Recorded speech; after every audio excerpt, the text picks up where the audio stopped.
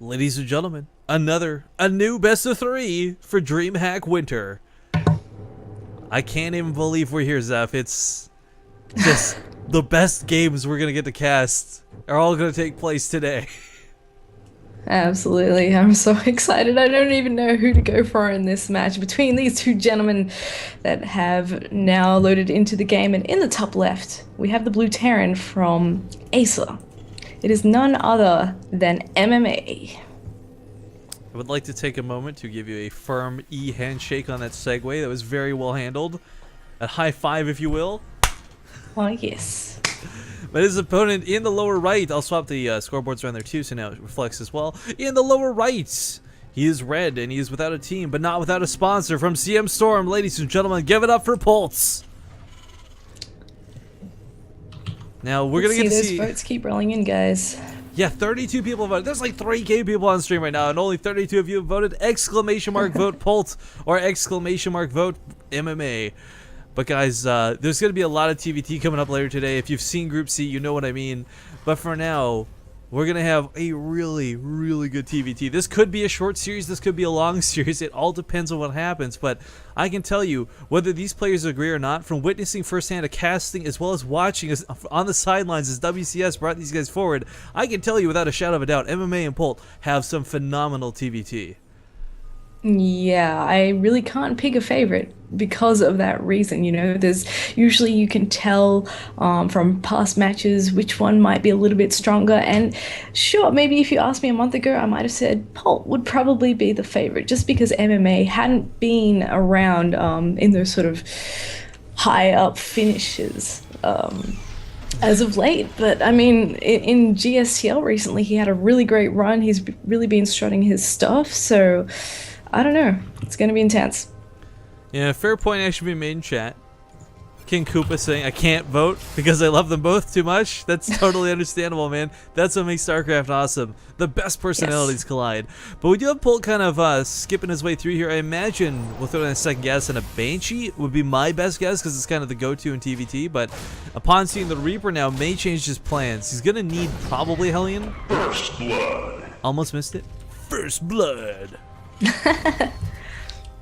Very nice. I think you've caught all the first blood so far, haven't you? So far, so good, but knock on wood. Yeah. Don't jinx this, F, please. But okay, Yeah, that's Starport. alright. Well, Starport is going to continue with this. I don't... Did he actually see the command center come down? No. So if Polt had seen this, then he'd know there'd be no chance of a Banshee response from his opponent. Polt is, of course, a player who likes to play defensive, and more often than not in TVT, you'll see him reach for the Raven and the Viking first instead of the Banshee, but Yeah. I think in this particular instance, he would, of course, be able to get away with the Banshee. With Reapers being invested early like this, there's actually no anti-air at home. Getting the reactor up now, but even then, you know, it's a little bit delayed. Yeah, he certainly probably go for the Viking and Raven kind of thing first. I mean, this is actually weird to me because this is the first time I've seen MMA not go for Banshee straight off the bat. In fact, all his recent TVTs, I'm pretty sure he's done nothing but cloaked Banshee. So it's going to be interesting to see how he goes up against Polt, who, of course, has very good Banshee control, has very well-rounded builds in general. So perhaps against Polt, he's not quite so confident with hitting that Banshee first if he suspects that Polt will do the same. Yeah, what's a little bit curious here is I'm pretty sure MMA is going to play this out to be mech, not bio, but he's going to be engineering bay right now. Really? I'm pretty much just for a turret. I mean, we'll see if he actually plays bio, but Polt is, of course, a guy who I don't think I've ever actually seen play mech to date. I think like one time, if ever, versus Apocalypse, like way back when, but that's always the big question, of course. It's like the only matchup where mech is truly viable. Like, That's I mean, interesting because it works. TVC, have you but... seen MMA mech recently? Yes, I've seen Tasia mech too, a player who almost never mechs. Wow. I mean, again, mech is actually a viable go-to in this matchup, but it's Yeah, and on this map too. yeah. Well, Widowmine's actually in a pretty good position. They'll catch the Banshee if Polt is lazy with it, and of course, Cloak's not quite done yet, but there are the turrets as predicted from MMA. So damage for this Banshee will not be shut down, but it will be minimized severely by this.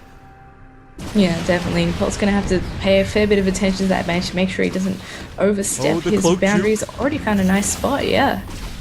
And there's the Raven coming up for MMA, so of course he won't have to waste scans on detection, but Has to be careful if he gets too close, he'll take damage from that Viking. Yeah, I realized he's got to back up away from it. SCV's actually being pulled to repair this because he knows how important the Hellions are. And taking a few more hits is that Banshee. What? It's still dancing around quite nicely, I gotta say. He might even get the reactor. SCVs are being pulled like crazy. I mean, once that Raven pops, it's fine, but it looks like he will lose the reactor. So this is actually going to gets the SCV on the way out too. Polt with like just a slap in the face. And wow. Actually, the energy's about to run out too. So he was really on the clock there in every way possible. But losing that reactor, it really hurts the Hellion production. This is the difference of MMA being able to push versus spending like another minute. Actually going to take the reactor off of the barracks because that's how desperately he needs it. Polt, on the other hand, has got a siege tank out. He's got a lot of Marines. And this is where you want to have those Hellions down. If you guys have never seen mech, or, well, just TVT in general, Hellions nowadays become a big deal because of how easy it is to clear a whole wave of Marines with a couple good Hellion volleys. MMA dropping a bunker at the top of the ramp there. He's got to play safe now because he doesn't actually know what Polt is doing. He's seen the Banshee, yeah. He has not seen if there's an expansion or anything yet, though. And of course, we, with our good vision, know that Polt has in fact made one. He's floating it down right now, but he doesn't know what's coming. And this siege tank would certainly be a bother for MMA, who really doesn't have anything to contest it. Well, no, actually, that's the thing. If MMA can clear out the Marines, then the Banshee comes back and wins him the fight straight up. But unfortunately for him, the Hellions get picked off pretty early. He's got to repair this bunker, and the bunker should hold. And that Banshee's actually not come home. He's gone full across the map with it, so he's going to go to the base of Polt. Polt actually with not a lot to defend. He's got a Banshee and a siege tank, but this is not anti-air. This is, in fact, all but anti-air in his main base.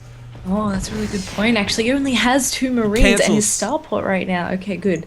That was going to get really scary for a second there. Yeah, I love that. Like, he cancels the halfway finish add-on just so he can get the Viking because he knows how desperately he'll need it. This is how you know a player is good. That barracks at 64 out of 65. That kind of sucks. He could go for SCVs right now. He could even try and pick away at the tech lab upgrading stim. I doubt he'd get that. But still, he's got kind of free reign for a little bit in here, finding these sweet spots where the Viking can't actually see him. Might, well, I was going to say might force him to use a scan, but I'm not so sure. Man, even when it's something quote-unquote predictable, it feels good to call something right. Look at the extra factories coming down from MMA, certainly transitioning into mech. Very nice. This is actually my favorite thing to watch in TVT. It's most exciting for me. So hopefully they make a good show of it. Well, mech is a lot stronger than it used to be, too. Yeah. I mean, it was already pretty viable in TVT, but when they combined the air and the ground weapon upgrades, it made it more cost-effective to invest in, like, sort of little bits of air behind your mech army, because now all of a sudden once your tanks are 3-3, so are your Banshees, so are your Vikings. And MMA has got so many Hellions with a lot of blue flame. I actually really want to touch on this because again, if you guys are kind of new to the TVT scene, what makes this amazing is of course blue flame gives the bonus damage to the Hellions, whatever. Okay, cool, that's novice knowledge and all that. It'll melt the Marines, but the Hellions are so fast, they get into the dead zones of the tanks really quick. And later on, of course, you invest in the Hellbats, which soak the damage from the tanks just outright. So one way or another, it's just a cheap mineral investment that it works so well versus someone who plays Bio. But make no mistake. Oh, sorry, I was just going to say, make no mistake, multitasking outperforms, whether you're Bio or Mech, it doesn't matter. Positioning is key, followed up by multitasking. If you can do both of those, it doesn't matter whether you play Bio or Mech, as long as you outperform your opponent. Yeah, absolutely. And positionally, I think Polt is one of the scariest players in that regard. his positional play is insane. The way he maneuvers around his opponent's army and manages to find gaps in his defense is actually an incredible skill, and hopefully MMA can match him in that regard. He's moving out now just as his +1 attack has finished up with 4 siege tanks. Him in that count. But he has nothing that can shoot up. Yeah, there's enough tanks to hold the line. Polt just throws his army away for nothing, and as we see the Blue Flame Hellions just melt and get into that dead range.